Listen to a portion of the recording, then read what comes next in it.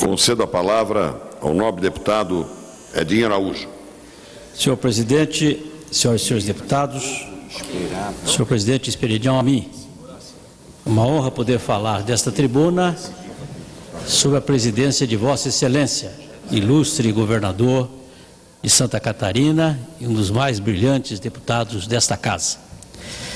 Venho a esta tribuna para registrar dois momentos históricos que a democracia brasileira teve no dia de ontem, 16 de maio, no Palácio do Planalto.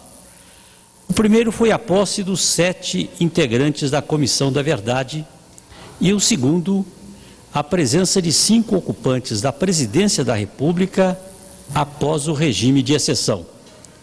Tive a honra de relatar o projeto que criou a Comissão da Verdade aqui na Câmara dos Deputados. Depois de anos de debates em torno do assunto, os nobres pares desta casa chegaram a um consenso e de forma unânime aprovaram a comissão.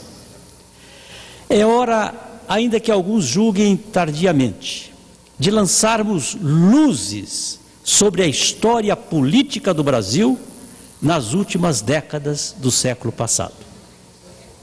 Cada passo para chegarmos até a instalação da Comissão da Verdade ocorreu com muito debate e diálogo.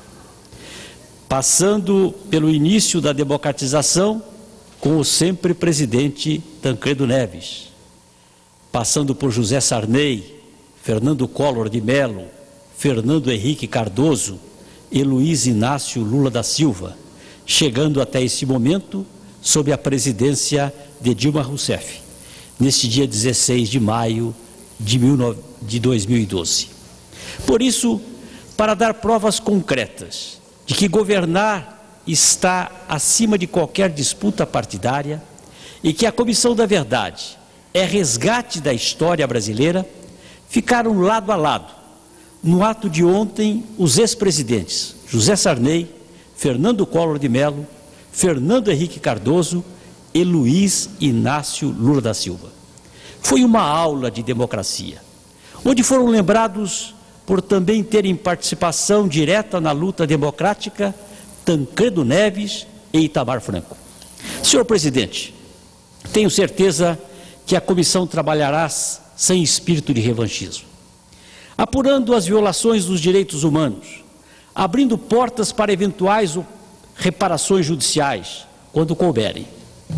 A Comissão da Verdade consolida o processo democrático iniciado com a lei da anistia, com o movimento que levou às eleições livres e diretas e desaguou na Constituinte de 1988, e que avançou ainda mais com o amadurecimento das nossas instituições.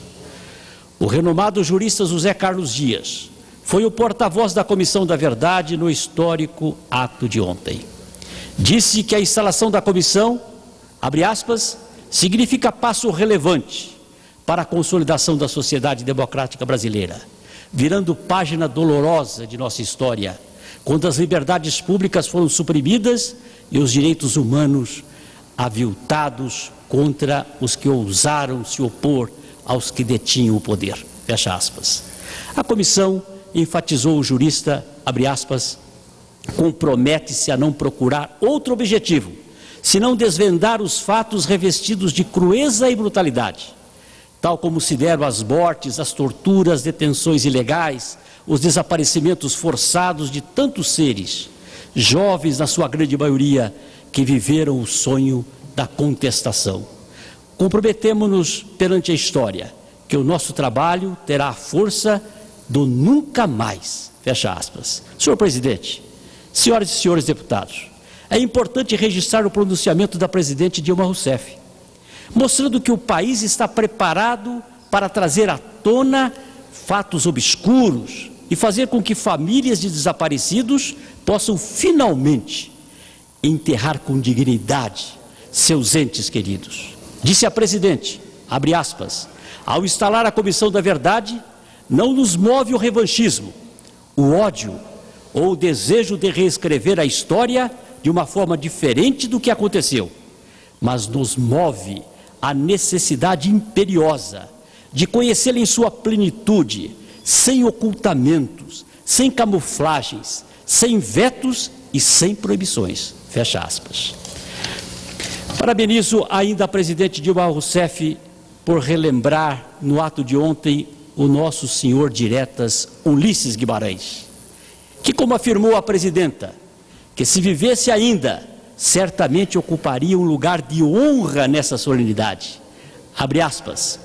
A verdade não desaparece quando é eliminada a opinião dos que divergem. A verdade não mereceria este nome se morresse quando censurada. Fecha aspas. Por fim, entendo que para uma nação grande e livre como o Brasil, nunca é tarde para curar as próprias feridas e reescrever a própria história. A verdade nos ajudará a caminhar de olhos postos no futuro, sem retroceder jamais.